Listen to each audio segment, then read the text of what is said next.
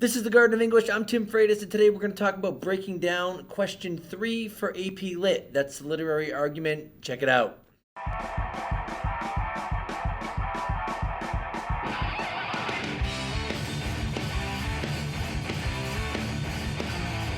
So today we are actually talking about the literary argument, which is question 3 on the AP Lit exam. And what we're going to do is this is going to be the first of many videos that's going to break down the whole process of writing a question 3. So today we're going to look at how we break down the prompt and combine it to produce a strong thesis. Then our next videos will be about writing strong body paragraphs, and we'll finish up with strong conclusions as well.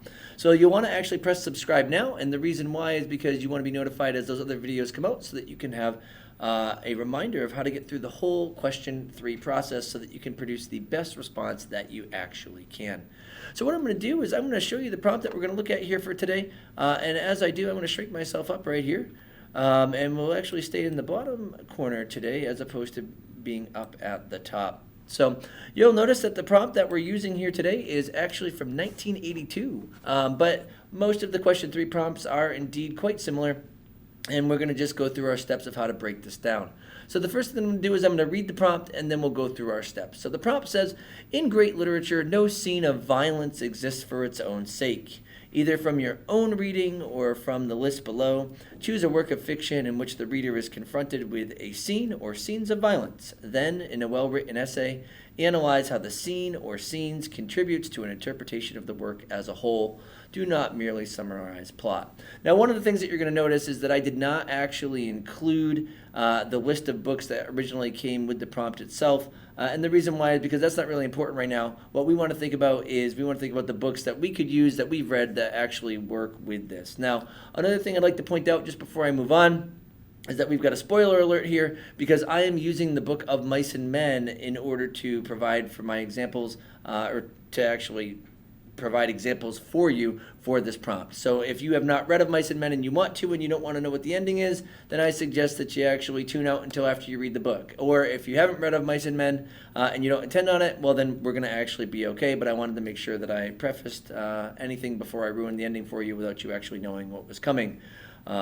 So anyway, nonetheless here, what we're going to do is we are going to talk about what step 1 is. And step 1 asks you to identify 2 things, okay? The first is the most important, and that is step 1 of breaking down any prompt is identifying the universal ideas that the prompt actually includes. And universal ideas are intangible, abstract concepts that a work of literature explores, okay? The Book of Mice and Men is about companionship. It is about sacrifice. Whenever you think about anything that you've ever seen or watched, you want to think of what are the ideas that are universally applicable to me. I honestly have never traveled in space before, but I could tell you that I do know a little bit about adventure, right? I've never been a robot that is looking to find life on another planet, and yet I do know a little bit about sustainability and sustainable practices. And so that's how I could actually connect with the movie WALL-E, the Pixar film. Why? Because it's about adventure, it's about sustainability. I can universally relate to those things. So anyway, step 1 is, hey, let's go to a prompt and identify universal ideas. Now, many prompts have more than one universal idea, but this particular prompt only has one, and that's actually why I chose it. And that's going to be this word violence here. So step 1 for me is I'm going to find the universal idea. It's violence, and I'm going to put that in my box on the right-hand side of the page, which you can see. Now, I would like to point out that sometimes prompts are not about ideas. Sometimes prompts are about particular literary elements, whether it be a conflict or a protagonist or an antagonist. If your prompt is about those, you will also want to identify that specific element that they want you to focus on, whether it be setting, conflict, suspense, something along those lines. But this is not one of those moments. They are asking me to think about violence and scenes of violence. So because of that, I'm just going to put violence in this box. Step 1 is done. Okay? And you'll see that I have a written out explanation of this step right down here as well.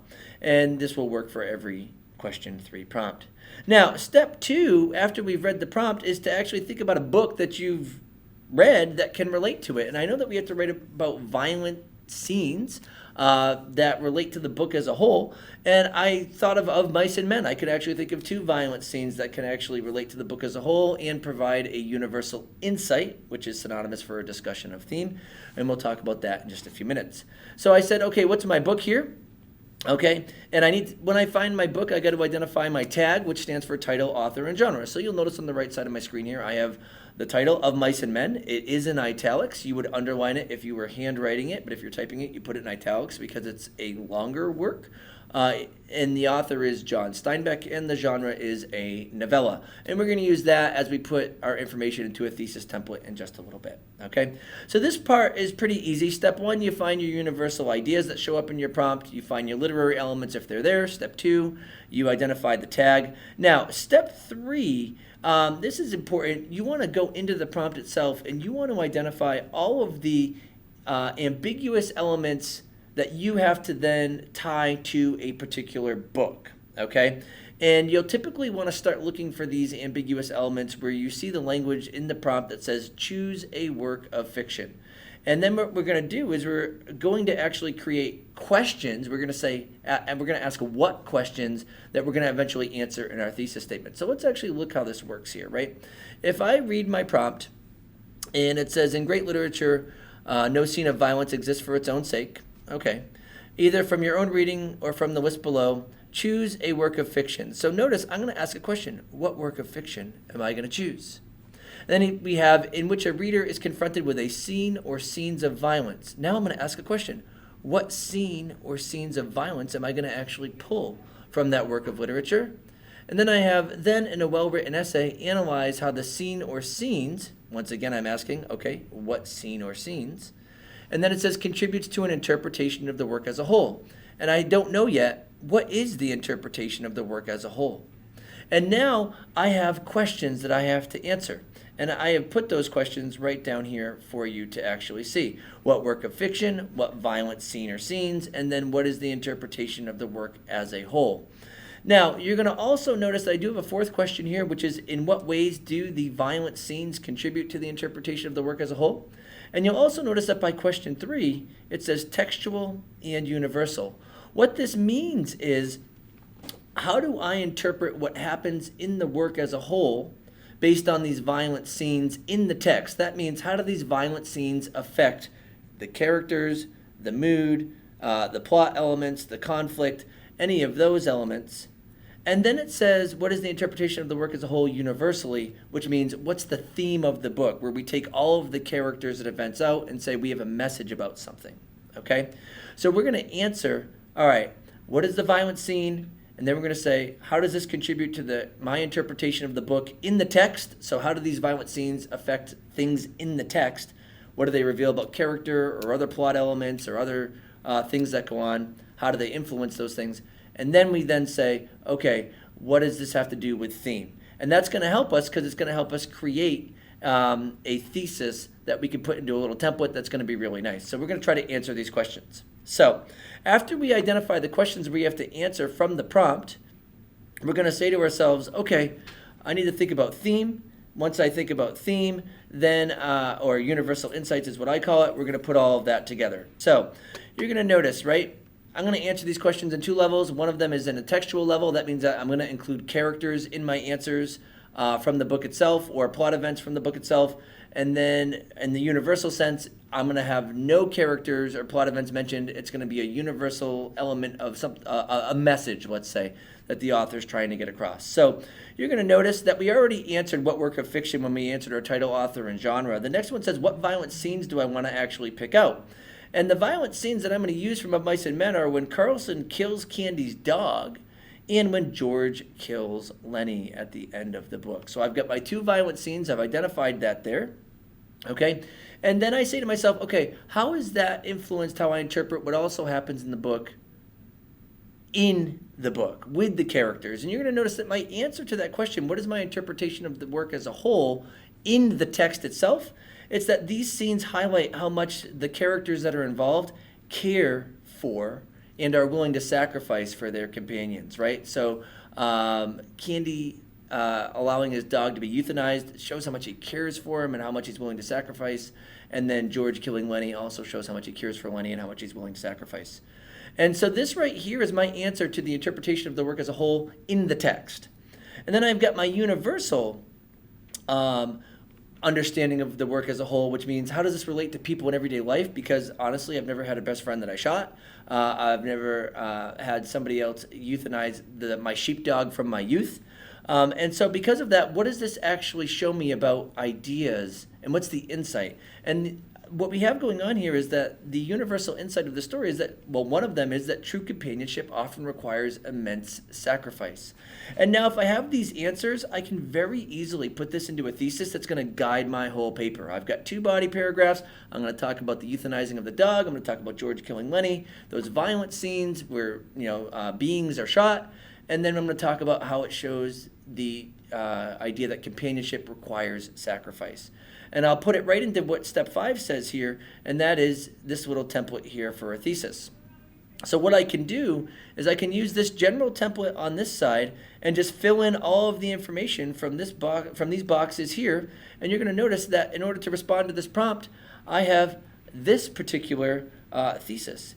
I have option 1, which is a concentrated form of the thesis, and option 2, which is I kind of draw it out to very clearly say what each paragraph will be about.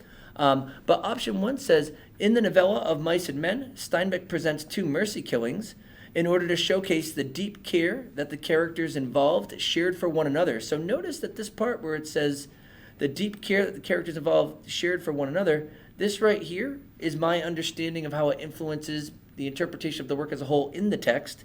Then we have ultimately illustrating that companionship often requires immense sacrifice. That's my universal interpretation of the text. So I've got both parts there. And I also have the 2 mercy killings, which is the events in the text that show these things. Okay? And then I've got my extended version, which is just me separating out the plot events from the 2 mercy killings. You'll see here it says, in the novella of Mice and Men, John Steinbeck presents the euthanizing of a pet and the purposeful killing of a friend in order to showcase the deep care that the characters involved shared for one another, ultimately illustrating that companionship often requires immense sacrifice. And truth be told, I can actually write a decent essay about violence and how it actually influences the interpretation of the book as a whole. It influences what's going on in the book rather simply with a thesis that is guided with a thesis statement that is that strong. So that's really how you do it. It doesn't have to be hard, but that's how you break down the prompt to actually get a thesis that will drive you in to producing a really excellent response. We're going to go into body paragraphing and conclusions next over the next, 2 weeks. So look forward to that. If this video was helpful, once again, I ask that you just click like and subscribe, but there are a bunch of ways you can support the Garden of English. You can like us on Facebook, you can follow us on Instagram, and you can actually buy Garden of English merch. We've got posters like this one right here, which relate to universal ideas. We've got t-shirts as well. All of the links to that are in the description down below. And quite honestly, until next time, when we work on body paragraphs for AP Lit, it was nice to have you visit us, and I look forward to seeing you in the future. Have a great one.